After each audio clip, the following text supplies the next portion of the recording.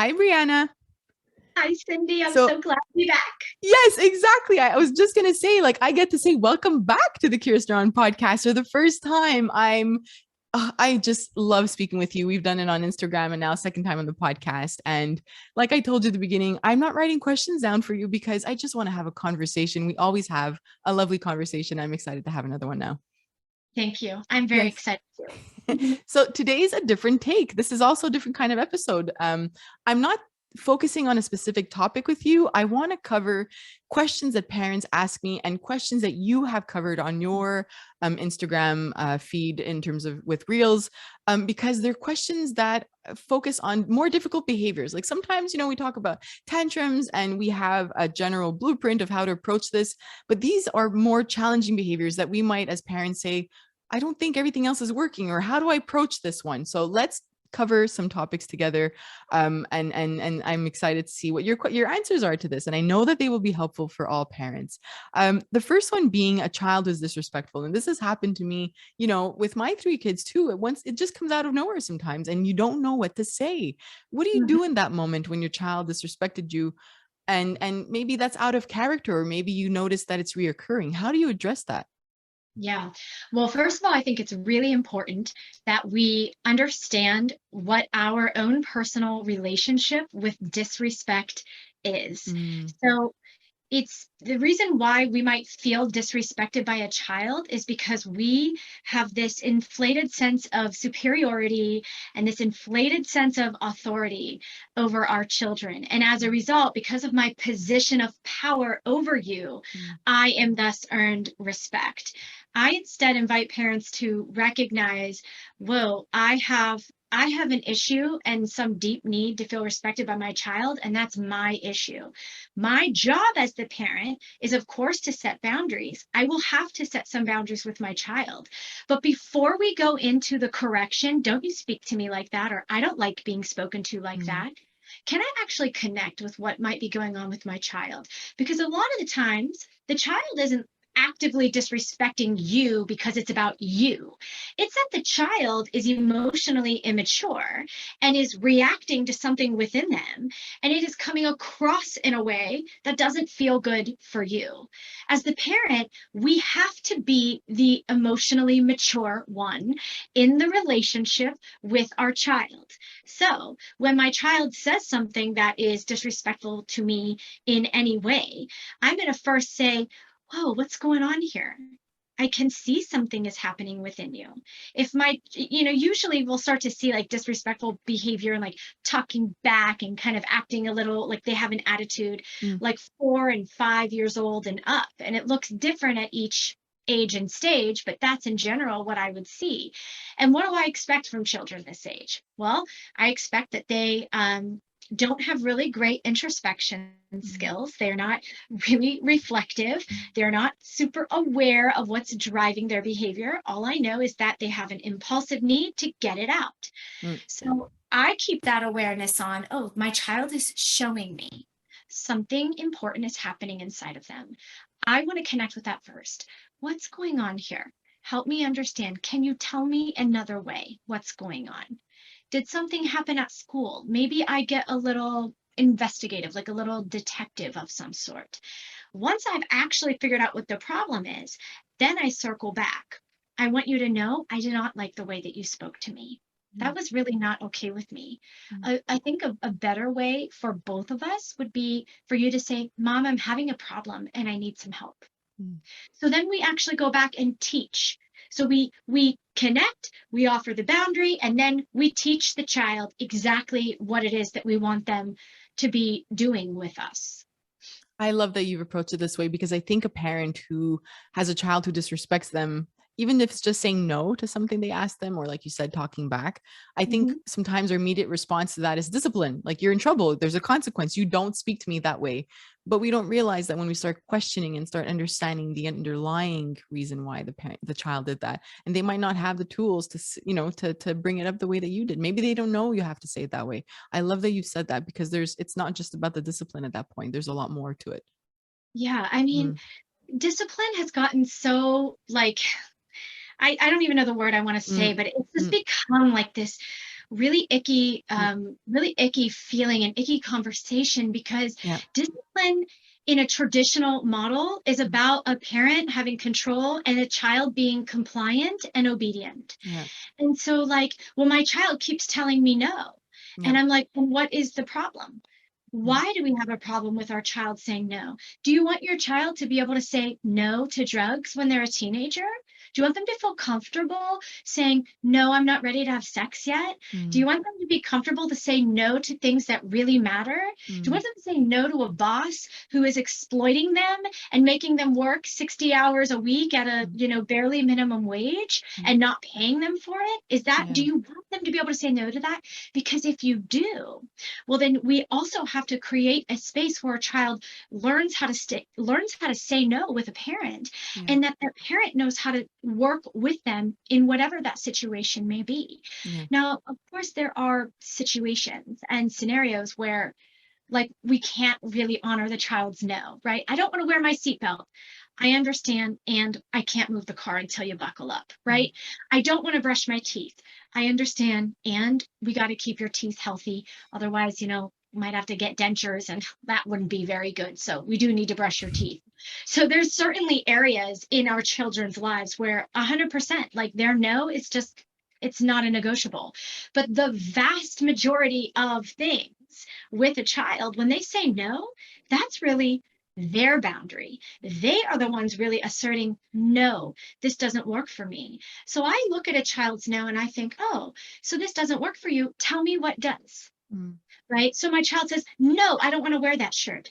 Oh, you don't like that shirt. Tell me what you don't like about it. And my son will articulate, well, I don't like the way it fits on my body. I don't like the way the tag feels in the back. Oh, I understand. Is there a better shirt that you might choose? Maybe it's a 90-degree day and maybe he'll choose a sweatshirt. Mm. And I'll say, let's go outside. Let's feel how hot it is and see if a sweatshirt makes sense. Now, parents think, I don't have time for that. Yeah. This is crazy talk. What are you Mm. talking? This is the morning. I don't have time for that. And I want parents to understand that you're gonna have to make the time. You're either gonna fight and power struggle, or It's true. you're going to make the time to Yeah. teach your child. Mm-hmm. And I find that when we just simply allow the time to teach, not only do we get over these humps so much quicker and so much easier without a power struggle, but the child also learns for the next time to be able to advocate, no, mom, that shirt doesn't work for me. I've already checked the weather. I can see that it's Mm-hmm. feeling pretty warm. I think I'm going to wear this one instead. Wow, awesome. Mm-hmm. But I've taught my child, I actively taught and nurtured what I can see they're still needing some support on, as opposed to just seeing their no as an act of defiance, or they're so willful and all they do is push back against me. All of that is about my ego. And this is why I love conscious parenting, Cindy, because it invites us to look at our own ego and our own needs. Mm-hmm. So, if you grew up not being able to say no to a parent or to an adult figure who had some kind of authority over you, you may have a real complex and real unresolved wounds around your own child saying no to you.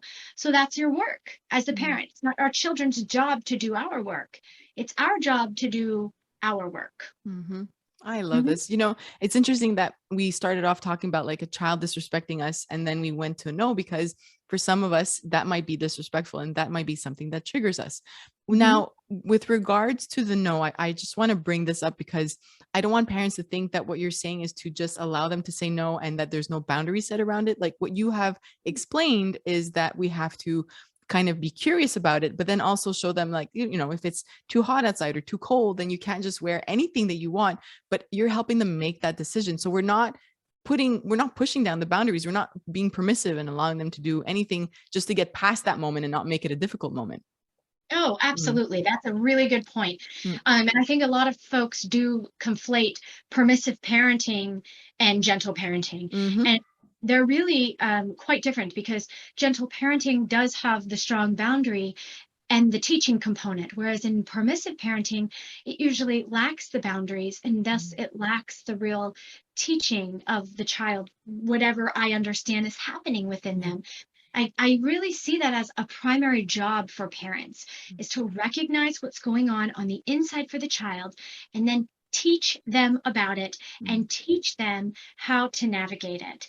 mm, It's not as, I think it's not as intimidating and it's not as scary as it sounds. But I will say, when we did not have adults if we did not have adults who could mirror and mm, understand what was going on within us, it really might feel like foreign territory to mhm. be able to try to understand what is happening within our kids. So, it's good to listen to conversations like this. It's also good to do some personal work Yeah. so that you can resolve those wounds of not feeling heard and not feeling understood, Mm, maybe not feeling appreciated or seen, yeah. so that we don't have to expect the child to meet those needs for us. Mm. One of the questions I had for you, I have a feeling we'll link back to this personal work and we can elaborate on it. Another question or another topic that parents ask me is whining, and you've covered this as well. Whining and other things could be very triggering to us as parents. And I'm assuming this goes back to the work. So how do we start the work if there's something that our child is doing that is extremely triggering to us? How do we know why it's triggering and where to begin? Absolutely. Excellent question. So, and like in whining and really any kind of behavior that annoys you, that is perfectly developmentally appropriate Mm, and relatively, I would say, safe, right? Like whining does not hurt me. So if I'm having a triggered reaction, my first question is, what is this about for me? Why is this so difficult for me in this moment? We're not reflecting if we're like, because my kid is so annoying, because they won't stop whining. That's not self-reflection. That's deflection. That's me putting it back onto the child and making the child the problem. Instead, I really want to invite parents to think, gosh, what is this about for me? Well, maybe I'm having a feeling or like a memory of what it was like to like also kind of have, like, I was an anxious kid maybe, and I had some mm, feelings as a kid, and I didn't have a parent who really understood it. They just shut me down all the time, or they just mm, sent me to my room. I mm, I wasn't allowed to have any kind of feeling in the presence of a safe, supportive, caring adult. I had to go to my room and be by myself. And so right now I'm triggered because I actually want to escape this, or I want to send my child away mm, because there's something that feels inherently bad or wrong here mm, about me and my child. That is self reflection work. So, that is me opening up and understanding how my past might be influencing me here in this present moment. mm, And then we have to take an action step. And this action step is not to repeat the past. We don't want to be reenacting, especially the maladaptive or dysfunctional ways that we learn to cope with perfectly normal, healthy human experiences. We want to find a more adaptive way. So then I pause and I'm aware, okay, I understand that this is hard for me. I would prefer to escape this moment. And I'm built for this. mm, I am built for struggle. I can be here even if I don't like it. I can be here. And now I'm going to be curious, what is going on inside my child's mind right now? What is my child too immature to actually tell me? And so it's coming out in this whininess. Are they telling me that they need a new space? Do they need some water? Do they need to get outside? Do they need to listen to some music? Do they need to be held? Do they want to mm, be rocked? What is it that my child might be telling me? And then just throw it out there. Just do something. And if you get it wrong, I promise you your child will let you know. And when you get it right, you'll feel that. mm, You'll drop into the present moment. You'll feel grounded, and you and your child will regulate together. mm. And then you'll keep moving on in your day. And as the parent, I think you will feel so successful and so effective because you really allowed yourself to kind of have this beautiful journey with your kid in this moment and not make your past your child's problem. Mm. And I think from my own journey, I learned what my needs were by doing that work. I had no idea that I had these sensory sensitivities myself. And Mhm. I had noticed that by the time I had my third child, there was a lot of noise in the home. So by 4 or 5 o'clock in the afternoon, I was triggered by anything and I didn't understand it. And it was only once I started kind of journaling about it, just writing down what was happening, when it was happening, how I felt. Not a big job of like just like little point form notes that I made the link to the noise and the touch and the to me that was overstimulating, and my brain couldn't handle it by that time because I had the noise and the touch all day with 3 kids nursing and who's in my arms and changing the diapers. It was just too much. So I think when we start doing the work like you mentioned, I think it helps us just understand ourselves and the needs that we also have as parents, because we can't let those needs continue to be unmet, because it changes how we respond to our kids. This is so beautiful. And like you're really talking too about like even the step before what I described. Mm. So the step before is actually doing that self-reflection work outside of the moment. So writing it down, recognizing what what is happening for me. Why did I have such a strong reaction? Oh, I'm triggered by all the noise and feeling touched out. This is a lovely reflection. And then the next stage is to recognize that trigger in the present moment with the child. True. Instead of reacting to the trigger, now I'm reflecting on the trigger, and then I can shift how I react and really respond to my kid in the moment. It's so valuable. Writing, I think, is journaling is such a beautiful way to just really get into your heart and your soul and your psyche and really understand why you are the way you are. Because there's nothing wrong with the way we are, you know. We're trying to just not improve ourselves, but I guess get to the core of who we are, and that's how we get to that.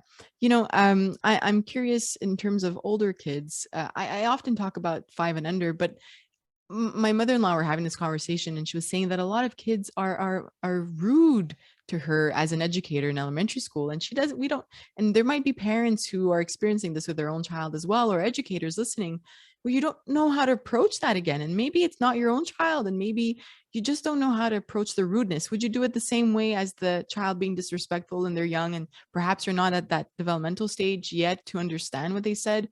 What happens when they're old enough to know that you can't speak to somebody that way, but they don't have any other way of doing it? How do we approach that?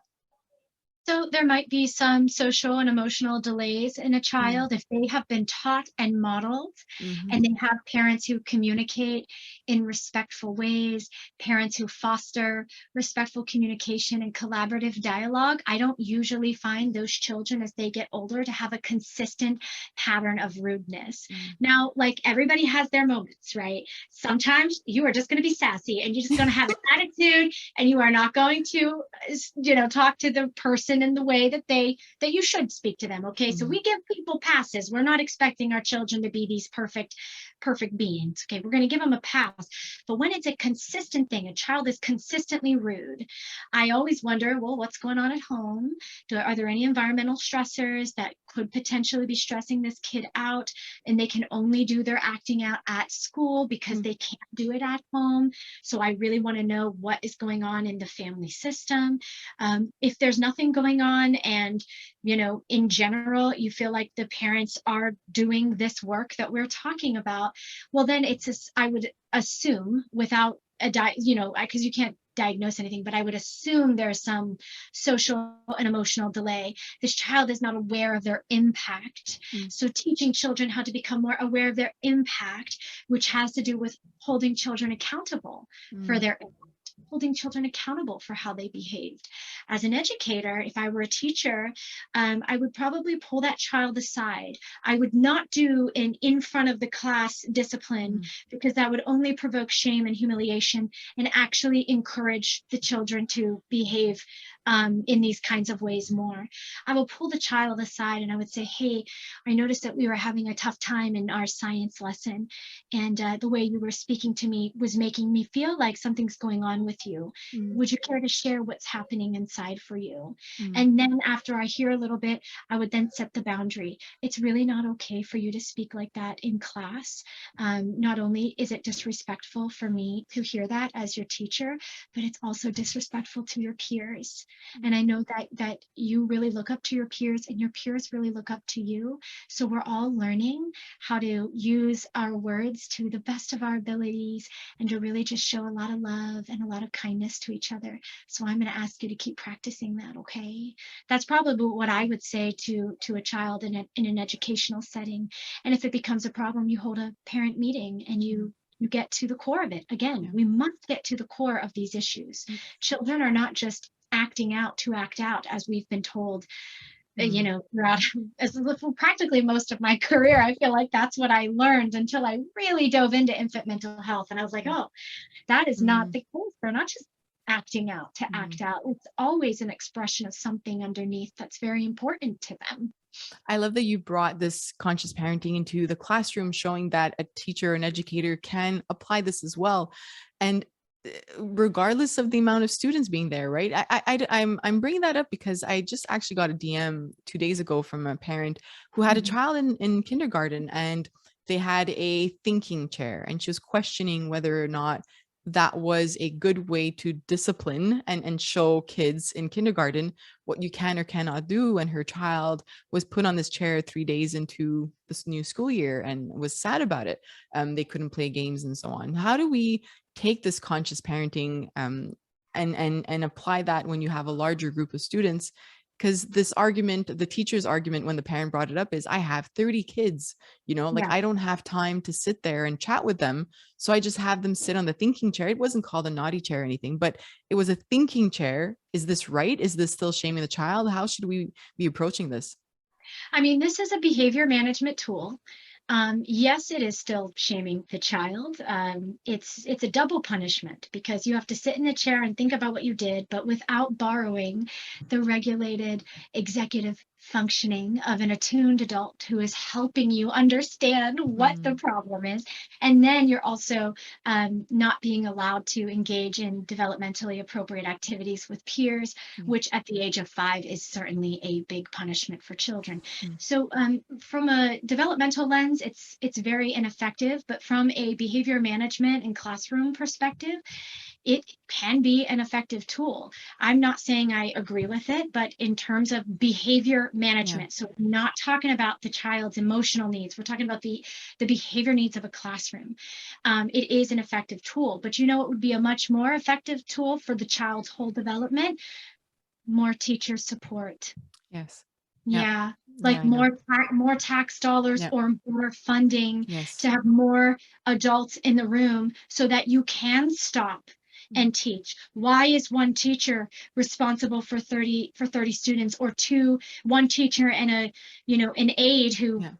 probably is shadowing the one or two children in the class who really need the help, Exactly. who can't really be available for all the other kids. Mm-mm. This is unacceptable, and we need to have more support in the classroom, especially for the younger children, especially for current kids. Mm, Given what we went through the last 2 years, and us not having access to social experiences, and children really missing out, there is an inevitable mm, social and emotional gap for our children. And I think it's really vital that we amp up the mm, adult attention in the classroom to be able to support our kids in all of their learning and their different learning styles. I agree with you. I really do think we need to change that, for the learning aspect, for the social emotional aspect, because this will help kids, like you said, have that person to speak with, and to approach these behaviors from like the way that you're explaining it. I think we do need that. It's so important. I think of also the individuality of the kids and their own needs when it comes to emotional needs or social needs. And this could be within our home too. And if we have more than one child, we might notice that one is a little bit more sensitive. And even if we're trying to approach, showing them how to behave and how to act in the home or with people, they might get upset right away and start crying when we get upset about something or tell them that's not the way to do it, or you shouldn't have said that. And I've Mhm. experienced it with my kids too. Sometimes it's just about raising your voice a little bit, and it's like, now you realize only once they start crying that they didn't like that. How do we approach a highly sensitive child when it comes to doing it this way if they've done something that we need to speak to them about?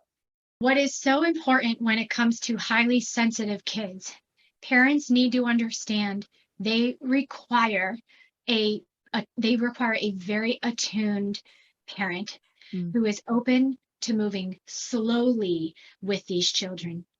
So, what I often find is the highly sensitive child usually starts to kind of pull back, appear, quote, shy, mm, or, doesn't really use their voice, isn't really assertive. and then like explodes and has big reactions.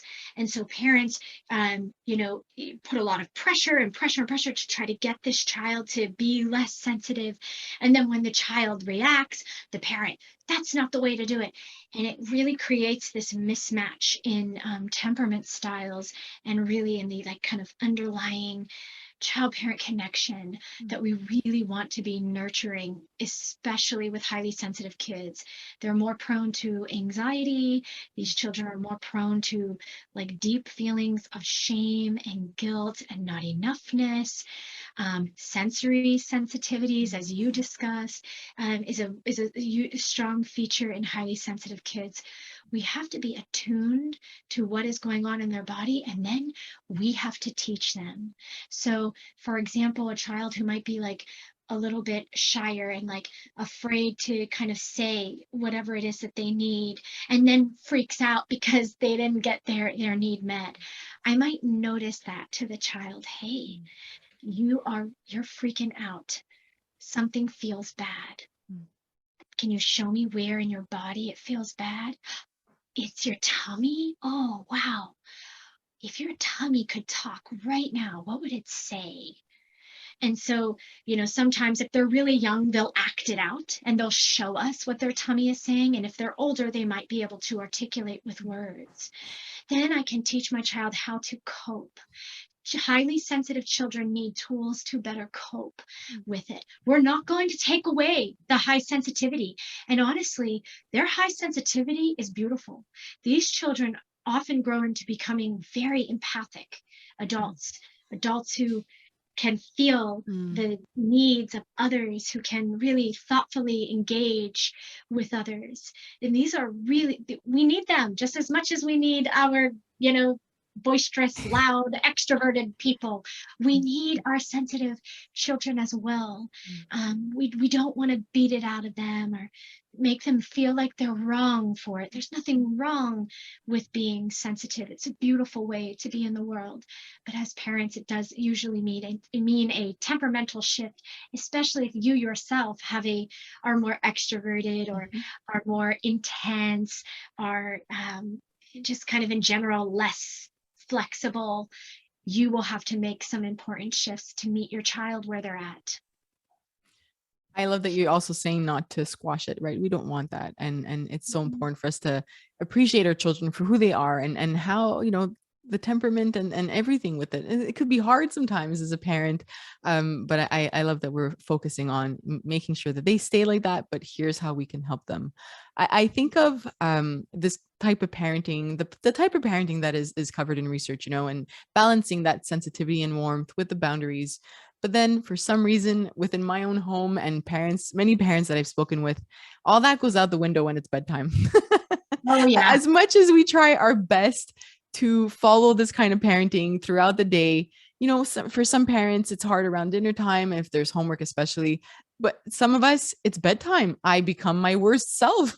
and it's hard to, if you're dealing with more than one child and one's afraid of the dark and one doesn't want to be alone and one wants to be rocked, you don't know what to do as a parent. How do you approach bedtime in a conscious way and in a way that doesn't drive you nuts every single night?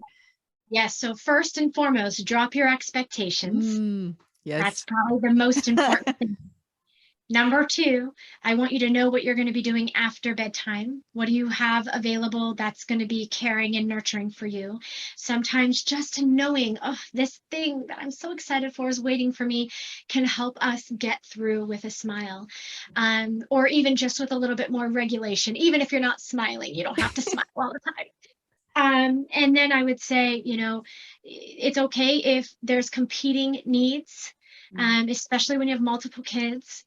I usually make the recommendation of how can we make our bedtime routine a family routine, as opposed to each child having their own individual routine. So for example, I have two kids. I have a 4-year-old and a 22-month-old, and this is the rhythm that we have found, and every family is going to find their own rhythm. We go to the same bathroom together, where I change the littlest one diaper, the other one takes his potty break before bed. And then one plays while I brush one kid's teeth. They just play with I don't know, a random box that's in the bathroom. It's not anything special. And then I brush the other child's teeth. And then we go into their bed together. They actually sleep in the same room. And in fact, they sleep in the same bed, even though they do have different beds, but these two kids would prefer to sleep together. And a lot of parents ask me, well, how do you make sure that they don't keep each other up at night? And they don't. And I honestly think it's because of the family cohesive kind of togetherness that we've created as a routine. It took some time, probably about a week to get this flow, but now it's a pretty good flow. Each child chooses one or two books. We sit down. I get a flashlight, so it feels like we're like camping. We read the books together, and then we lay down. I sing them some songs. We listen to some music.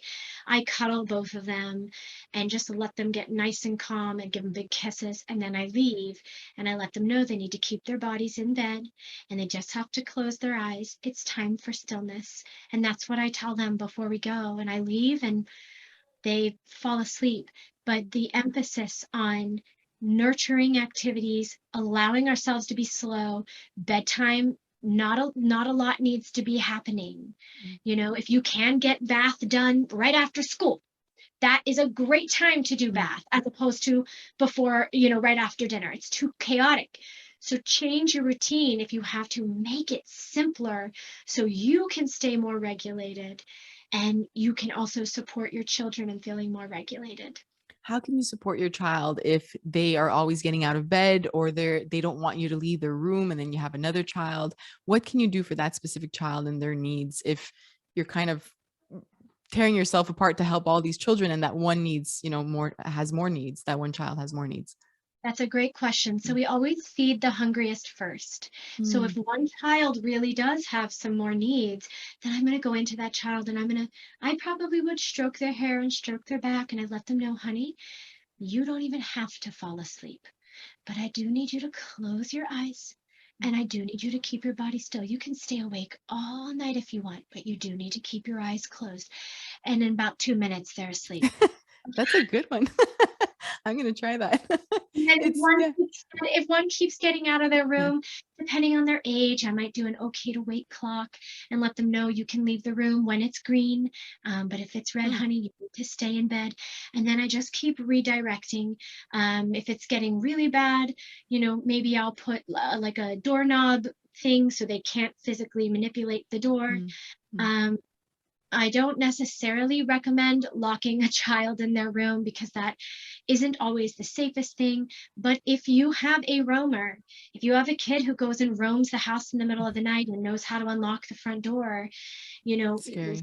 latch that door. And then if you have to lock the room and see the whole room as the child's crib, I wouldn't blame you. Yeah. Every child is different. I don't think we can have like blanket rules. It just doesn't fit. Every child is going to need their own approach.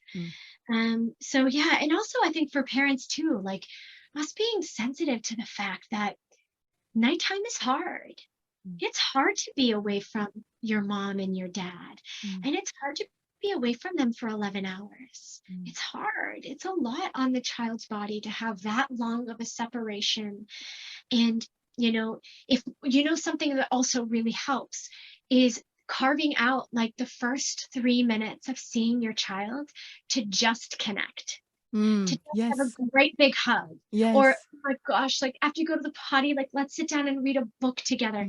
So I find that when there is this built-in connection time for even literally 3 or 5 minutes with the children first thing in the morning, it really also helps bedtime feel better. Remember how I said when you have something to look forward to after bedtime routine is over, you can get through it a little easier.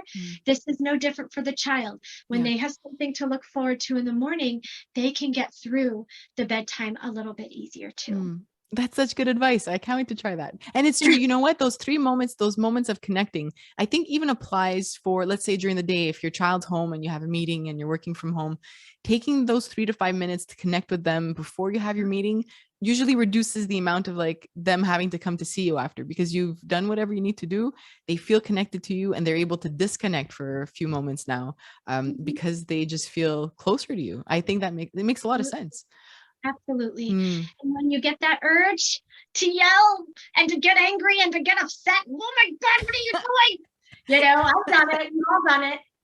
Reel it back in. Oh, I don't like the way I just acted. I was so frustrated and I let my frustration out by yelling.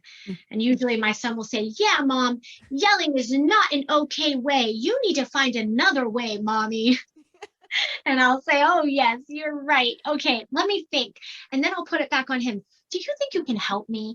Can you help me think of like a different way? He'll say, well, I think you can say I'm feeling angry and I'm feeling frustrated and I really need you guys to stop, look, and listen. I said, okay, that's what I'll say. And so I give my child actually that opportunity to teach me, which children love I to love do. it. And this helps to kind of repair the moment, allow for more bonding, and really allow us to move. No guilt. No guilt. Yeah. You just repair and move on. Yeah. We have to do that. Otherwise, you're going to lose your mind. Yes. The emotions part and sharing that with your child.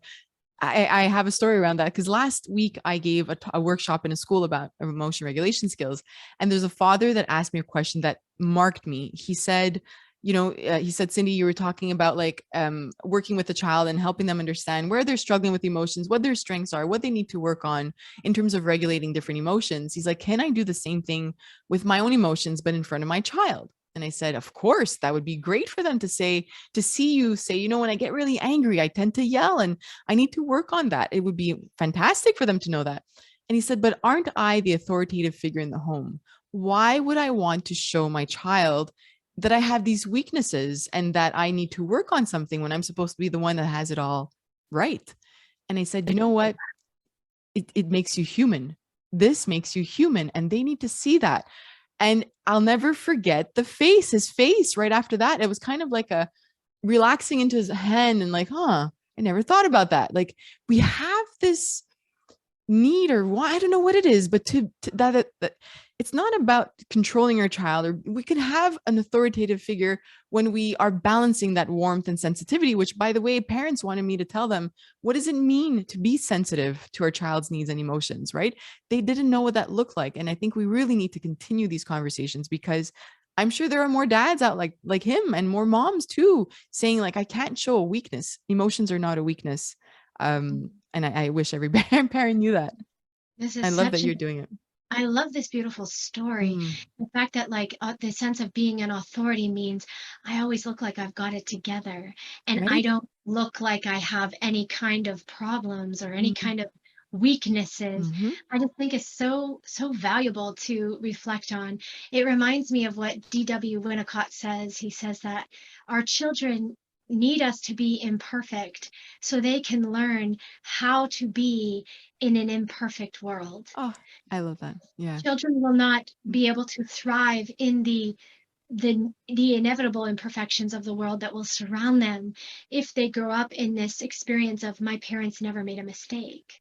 My parents never felt anything other than, anger maybe toward me or proudness of me, and pretty much that's it. Yeah. My parents really have to show me how to deal and how to cope with being human. That's what we're doing. We are having a human experience. I think we've kind of like, that's the simplest way to say why we're even here on this earth. Truly to have a human experience. And part of being human is evolving. You had said, you had said, it's not like we're trying to make ourselves better.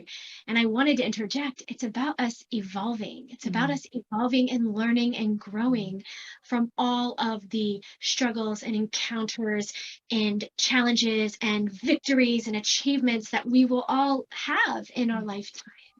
And our children get to witness us through that, as well as us witnessing our kids through that as well. I love this conversation. I always enjoy speaking with you. Let's tackle a few little topics that perhaps it comes back to what we've been speaking about before. I don't know if there'll be something a little different, but a child who hits you, I'm assuming we would approach it very similarly to what you said in terms of a child being disrespectful. Yeah. Or would it be different? Yeah.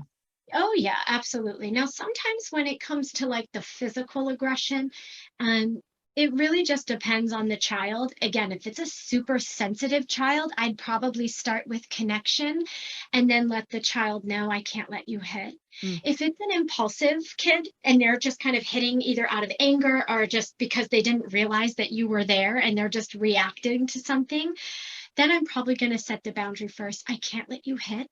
Tell me what's happening in your body.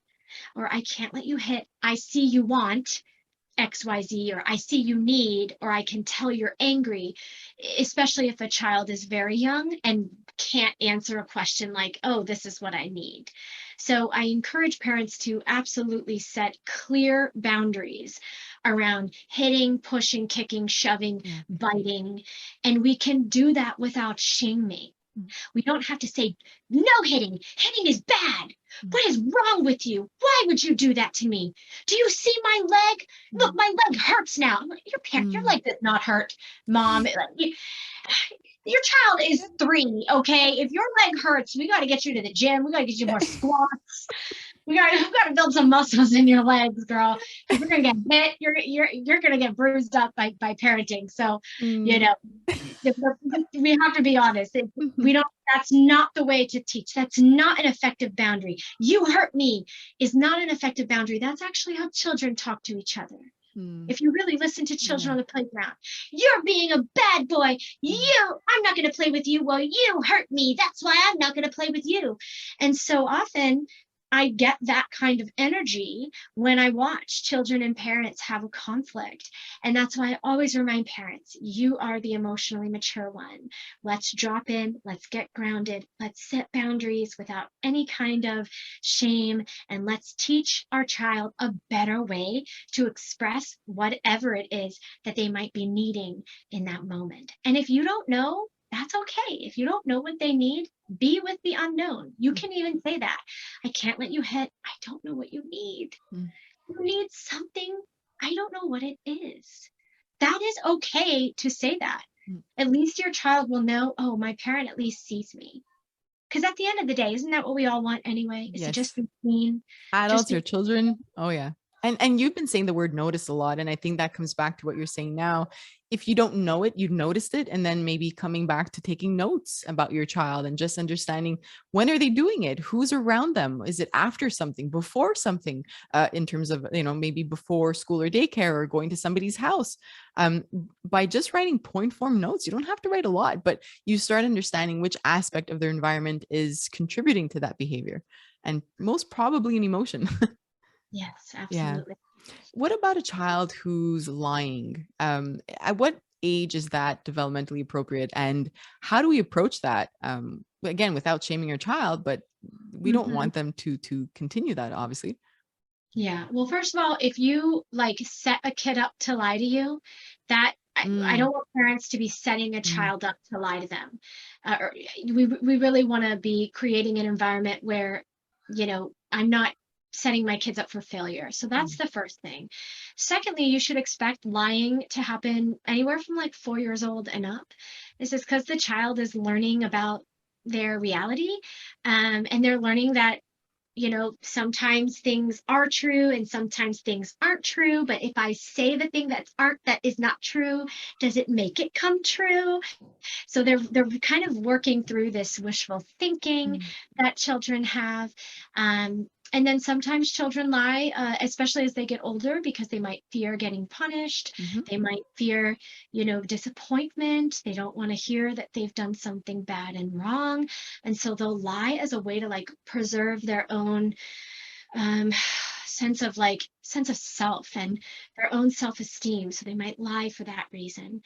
I think it's really important that if we catch our child in a lie, that we let them know, oh, hey, I'm noticing that I asked you this and you said this, and I actually know that did not happen. And I want to understand what is driving this for you. What do you think is the reason why you might not be telling me the truth? Again, we go back to curiosity. Explore with the child. When we set this environment up at a very young age and throughout at least the first 10 to 15 years, that when you're having a problem, you can come and talk to me about it. You will have teens who are 16 and really venturing out into the world, and young adults who want to talk to you because they know you're not going to shame me or judge me. Mm, You're going to have compassion and understanding, and you're going to guide me and support me. You might call me out if I need a call out, because sometimes we need a good call out, but you're going to do it from a place of total love mm, and total compassion because you see the whole person. I think a lot of the times we forget to see the whole child in front of mm, us. I'm mm, just reacting to the bad behavior, but I'm forgetting that, oh, this might be a child who didn't even realize that they were lying, or who is experimenting, who saw a kid do it at school and now is experimenting. Or maybe my child really fears that I might be disappointed in them. mm, So what is that about? mm. Let me just tell you right Yeah. now, you could never disappoint me. I like, it's not about me. You Mm, might disappoint yourself, but you're not going to disappoint me because I'm always going to be here for you to support you. mm, And now I'm going to put the boundary. I really do need you to be honest with me. mm. And then let's try it again. I'm going to ask the question and I want you to be honest with me. And then we just try it again.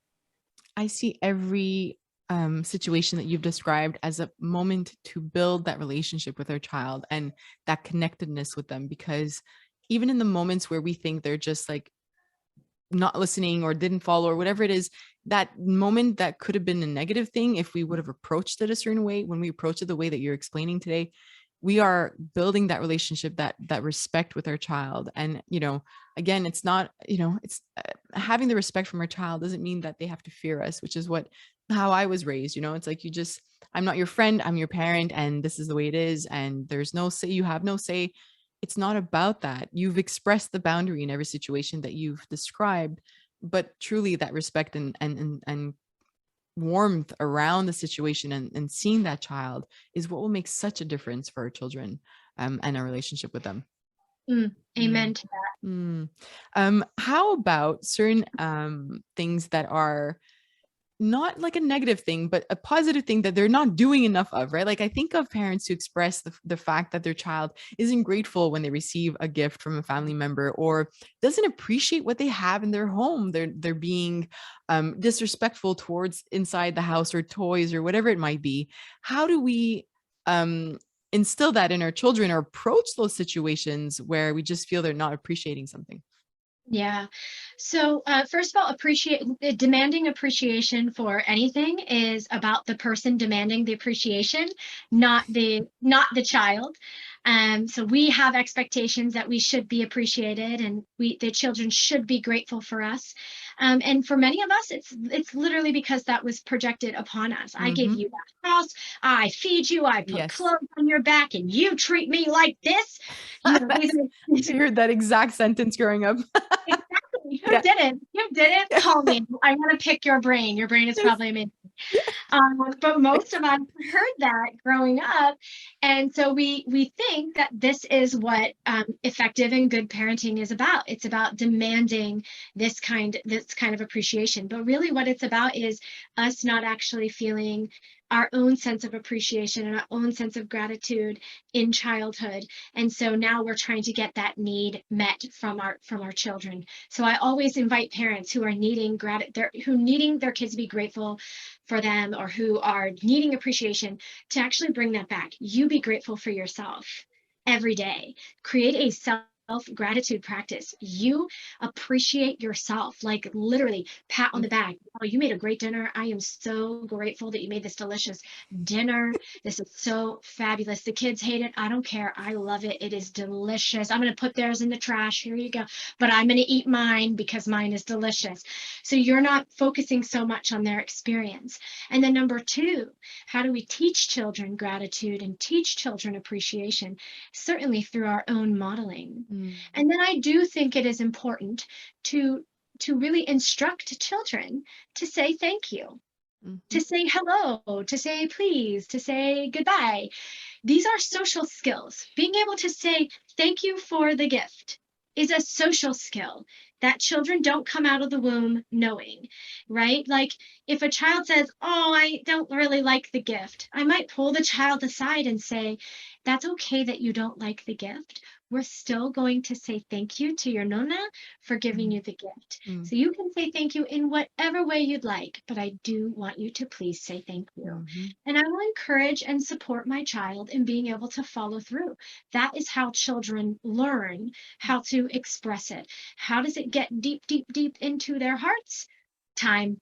That's mhm. how it gets It there. takes time, and it's not about us telling them to appreciate it every time that we notice they're not. It's really about the modeling. And in terms of appreciation and gratitude, it's simple sometimes as just saying out loud, like, wow, it's a beautiful day and the sun is gorgeous and it's so hot and I'm appreciating this day, and just saying it out loud.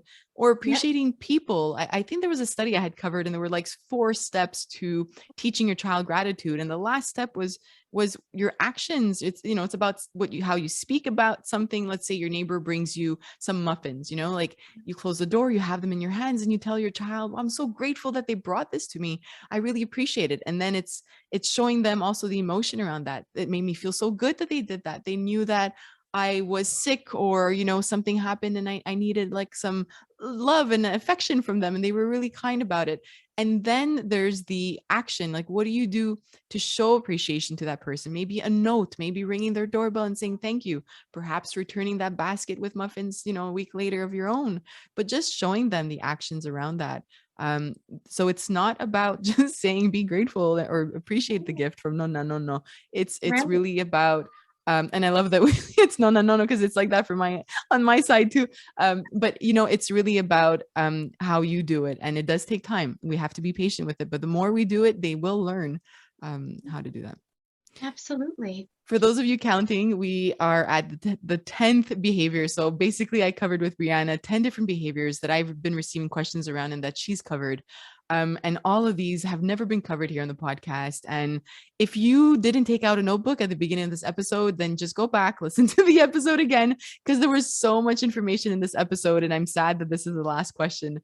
But now, this is something that I have experienced with my 3 kids, and we're still working on it. Again, I know it's being consistent, but a child who interrupts when you're speaking to another adult, it takes a lot of time. I have tried. When my firstborn was younger, she would place her hand. If I was on the phone, she would place her hand on my hand, and I would just show her, like, 1 minute with my finger, and she would wait. It's not working with my boys. I've tried the same method. What is your advice around that? Because it could be triggering. It could be very triggering for a parent, especially if you're on the phone or you're having a conversation and you have more than one child around you who's just talking to you, not Yep. thinking about the fact that you're speaking with somebody else. Again, it's a social skill, Mm, and it's an impulse control social skill. yes. So Thank you. being able to Mhm. control your that impulse to speak immediately, as well as this cognitive skill of being able to hold your thought Mhm. and wait before you Yeah. get it out. And so I usually teach parents to actually turn to children and say, hold your thought. I need you to be quiet, and I'll turn my listening ears on in five Mhm. seconds or 10 seconds. It just depends on the child and their skill set. Mhm. Let's say like an ADHD child, Mhm. I'm going to start like with 5 seconds because that's about the amount of Yeah. time that child can manage. If Mhm. it's a child who I've been doing this with a lot, I might ask them to hold their thought for 5 minutes, Mm, and then my ears will be ready for you. And mm. then you always follow through. The follow through is so important. My ears are ready. Tell me Yeah. what is it that you wanted to say? Mm, Now, a lot of the times the child won't remember what they wanted to say, but really, what were they actually looking for? Connection. mm. So they're going to want to have a little bit of connection time with you. Don't make it about the thing that they were trying to tell you. Just make it about this new moment. You're basically creating time and space for your child to feel heard, while also giving them some structure and some boundaries when you are preoccupied and you're not immediately available to the demands of the child. I would apply what you just said to when you're busy doing something as well, right? Because Mhm. I've said that to my kids where I'm doing something and they have a need. They want me to go do something for them or play with them. And I'm in the middle of preparing dinner and I just can't. And I said, I would tell them, like, I can't give you my attention right now, or I can't listen to what you're telling me. I want to be able to focus on your story and hear your story. So just Mhm. give me 5 minutes. So I Yep. love that because we're showing them that we care, but right now Yeah. is we just can't listen to them if we're in the middle of a conversation. or doing Yeah, something. and it does backfire. My Yeah. 4-year-old does say, "Mommy, I need you to hold your thought because Oh, I'm busy playing." oh, And then he'll go back to playing. And okay. then 5 or 10 seconds later, we'll go by and he'll turn to me and say, "I'm ready now, Mommy. What was it you wanted?" And that's when you tell yourself, well, I modeled it very well. Yes, He got it. He got the message. you got But it. I see this as such beautiful, like he's really learning how to set his own beautiful boundaries and, learning how to navigate the world in a way that, his work, his toys, that's his work. It's important to him. Why should I just be allowed to barge in and have what I need to be said heard? And he can't barge in when Yeah, I'm doing my work. true. He does have to wait. So Mm. I love that there's some kind of equality there. And I think it certainly helps bolster the child's sense of esteem and really does build that beautiful mutual respect. Just to circle back to the beginning of the conversation, Mm. really does create that more collaborative environment that just feels so good for everybody. Mm. Ah, I'm sad that this conversation is at its end. I know what's happening right now for the parents that are listening. You're like, how do I get more of Bryana? How do I get her into my home? I know you have courses and I know you have social media. Can you share all that with us so that, and everything that she talks about will be in the show notes so that you can just click and access it. But I'd love to hear them from you. How do we learn more from you? Yes, so I have my online workshops and classes you can find at learning.consciousmommy.com. I have my Instagram and my TikTok. The handle is at Conscious Mommy. And then if you need some, individualized support, you can learn more about that at consciousmommy.com. And your courses, just so that we have an idea of how you'd help a parent through your courses, what are we looking at in terms of the I topics? have my 8-week group coaching course, Becoming the Conscious Parent You Never Had. This is Mm. that deep dive reflective work, as well as being able to do it in the moment with the child and really shifting how you communicate and discipline and set boundaries with our children. That's kind of my foundational course. And then I have my workshops, my Let Go series. I have the Let Go of Your Inner Control Freak, Let Go of Your Triggers, Let Go of Your People Pleaser, and then in December I'll have the Let Go of Your Past Hurts. And then in 2023, all 4 of those will be bundled together as a, kind of I would say like a deeper intro into the conscious mommy framework. I love this. Thank you, Bryana, for chatting with me again. I know I'll have to have you back at some point. We'll chat on Instagram. I can't wait. Thank you.